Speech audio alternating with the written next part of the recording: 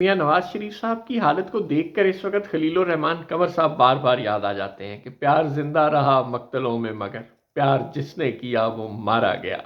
यकीन करें शहबाज शरीफ और मरियम नवाज का प्यार मियाँ नवाज शरीफ को कहीं का नहीं छोड़ने वाला। मियाँ साहब अच्छी तरह जानते हैं, बच्चे नहीं हैं, 4 बार के वजीर आजम हैं। उन्हें बहुत अच्छी तरह से पता है कि ये 16 माह की शहबाज हुकूमत की कारकर्दगी ही है जिन्होंने उसे ये दिन दिखाए हैं। अगर वो 16 माह शहबाज शरीफ साहब ने जिद करके हुकूमत ना ली होती और इमरान खान को अपना टेन्योर पूरा करने दिया होता तो शायद नून लीग को इलेक्शन में इतनी बुरी शिकस्त का सामना ना करना पड़ता, शायद पीटीआई के लिए इतनी हमदर्दियां लोगों की ना बड़ी होती। लेकिन शहबाज शरीफ के 16 माह की हुकूमत और फिर 6 महीने की काकड़ साहब की हुकूमत ने पाकिस्तान का महंगाई, बेरोज़गारी, गुर्बत और हर किस्म के मामले में बुरा हाल कर दिया। और दूसरी तरफ पीटीआई को सिंपैथी का बहुत ज़्यादा वोट मिल गया। इमरान खान साहब के खिलाफ कई केसेस में फैसले, उनकी सज़ा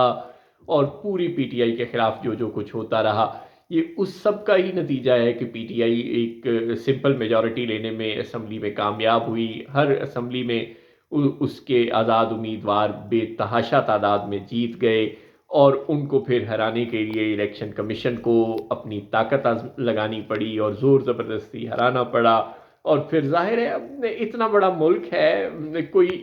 स्विट्ज़रलैंड तो है नहीं, कोई 8-10 लाख की आबादी का मुल्क तो है नहीं। एक आधा कमिश्नर रावलपिंडी तो मिस हैंडल हो ही जाता है ना। बिलाशुबा आपने पूरे मुल्क के रिटर्निंग अफसरों को, डिस्ट्रिक्ट रिटर्निंग अफसरों को कंट्रोल कर लिया, लेकिन अब एक आधा बेनत्था बैल तो होता ही है हर लॉट में। यहाँ पे भी निकल आया, उसने बाकी का मामला चौपट कर दिया। अब मरियम नवाज साहब और शहबाज शरीफ साहब बहुत खुश हैं कि उन्हें हुकूमत मिल जाएगी, लेकिन नवाज शरीफ साहब बहुत अच्छी तरह से जानते हैं कि जब इतने सारे स्टेक होल्डर्स के दरमियान में वो हुकूमत देंगे, यानी रावलपिंडी का दबाव अलग होगा, लाड़काना का दबाव अलग होगा, मौलाना फजल रहमान का दबाव अलग होगा, एमक्यूएम वालों का दबाव अलग होगा, और इतने ज़्यादा दबाव, ऊपर से मईशत का जो बुरा हाल है वो अलग मामलात हैं, आईएमएफ का प्रेशर अलग होगा। पीछे से मियाँ नवाज शरीफ और मरियम नवाज और इसहाक डार बैठकर कोई मशवरे देंगे और आगे से भुगतने वाले शहबाज शरीफ को कुछ और भुगतना पड़ेगा। बिल्कुल अनट्रेंड, बिल्कुल नाबल्द इंतज़ामी मामलात से मरियम नवाज हैं। आज तक उन्होंने कोई पब्लिक ऑफिस होल्ड नहीं किया, कभी वो एमएनए और एमपीए तक नहीं रही। वो ज़िंदगी में पहली बार एमएनए एमपीए मुंतखब हुई हैं, ज़िंदगी में पहली बार उन्होंने इलेक्शन कॉन्टेस्ट किया है और वो सीधी वज़ीर आला की सीट पर बैठेंगी। नतीजा क्या होगा? ना तजर्बेकारों के हाथ में जब हुकूमतें आती हैं तो वही नतीजा होता है जो उस्मान बुज़दार या महमूद खान को जिस वजह से पाकिस्तान मुस्लिम लीग नवाज 3.5 साल कोसती रही। अब मरियम नवाज तो महमूद खान और उस्मान बुज़दार से भी ज़्यादा नाबल्द है इंतज़ामी उमूर से। उस्मान बुज़दार तो बहरहाल कभी कोई यूनियन कौंसल, डिस्ट्रिक्ट कौंसल के लेवल पर सियासत कर चुके थे, और महमूद खान साहब तो परवेज़ खटक की काबीना में 2-3 बार वजीर रह चुके थे 5 साल तक, 2013 से 18 के दौरान। उसके बावजूद उनकी बुरी परफॉर्मेंस की वजह से इमरान खान साहब को शदीद तनकीद का सामना करना पड़ा।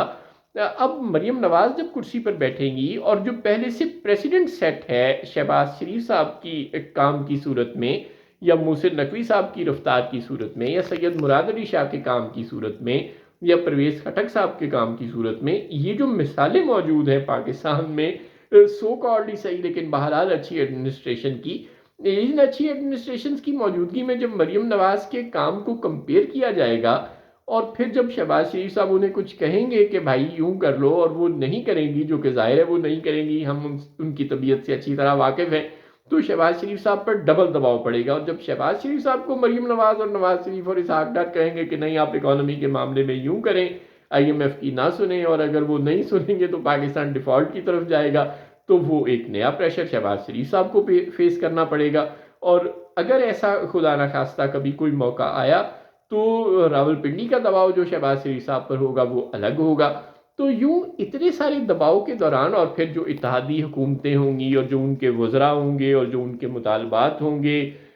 भले वो डेवलपमेंट फ़ंड के हवाले से हों या एनएफसी अवार्ड की तकसीम के हवाले से हों या सूबों के रिसोर्सेज के हवाले से हों, یا جو بھی معاملات ہوں گے ایم کیو ایم کے مطالبات آئینی ترامیم کے حوالے سے ہوں گے، اس طرح کے جتنے بھی مطالبات ہوں گے ان سب کو کیٹر کرنا ظاہر ہے بہت مشکل ہو جائے گا۔ لہٰذا جو نواز شریف صاحب اور نون لیگ کے جو سنجیدہ حلقے ہیں وہ اگر کہہ رہے ہیں کہ ہمیں وزارت عظمیٰ کا عہدہ قبول نہیں کرنا چاہیے اتنی کمزور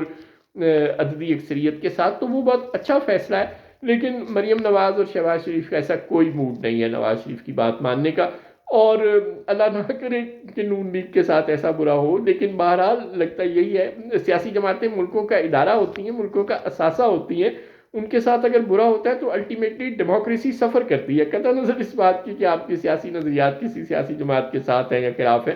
لیکن اگر نون لیگ مزید کمزور ہو گئی اور 2028 یا 29 کے الیکشن میں یا جب بھی کبھی پاکستان کو الیکشن نصیب ہوئے اس نے یہ جو اس دفعہ دکھائی بے شک 80 گئی ہوں، لیکن جو اصل میں 30-32 سیٹیں جیتی ہوں گی شاید وہ اگلی الیکشن میں اتنی بھی نہ جیت سکے جس طرف مریم نواز اور شہباز شریف صاحب نون لیگ کو لے جا رہی ہے۔ اور میاں نواز شریف صاحب کو پتہ ہے کہ ان کی جماعت اس طرف جا رہی ہے، ان کے ہاتھوں کا لگایا تناور درخت بالکل ریزہ ریزہ ہو کر بکھر رہا ہے، لیکن وہ اپنے بھائی اور بیٹی کی محبت میں کچھ کر بھی نہیں پا رہے۔ ہاتھ باندھ کر میاں نواز شریف صاحب کو شہباز شریف صاحب اور مریم نواز اس سیاسی اکھاڑے میں پھینکا ہے انہوں نے، اور اب وہ دل میں صرف ایک ہی بات سوچتے ہیں، بلکہ شاید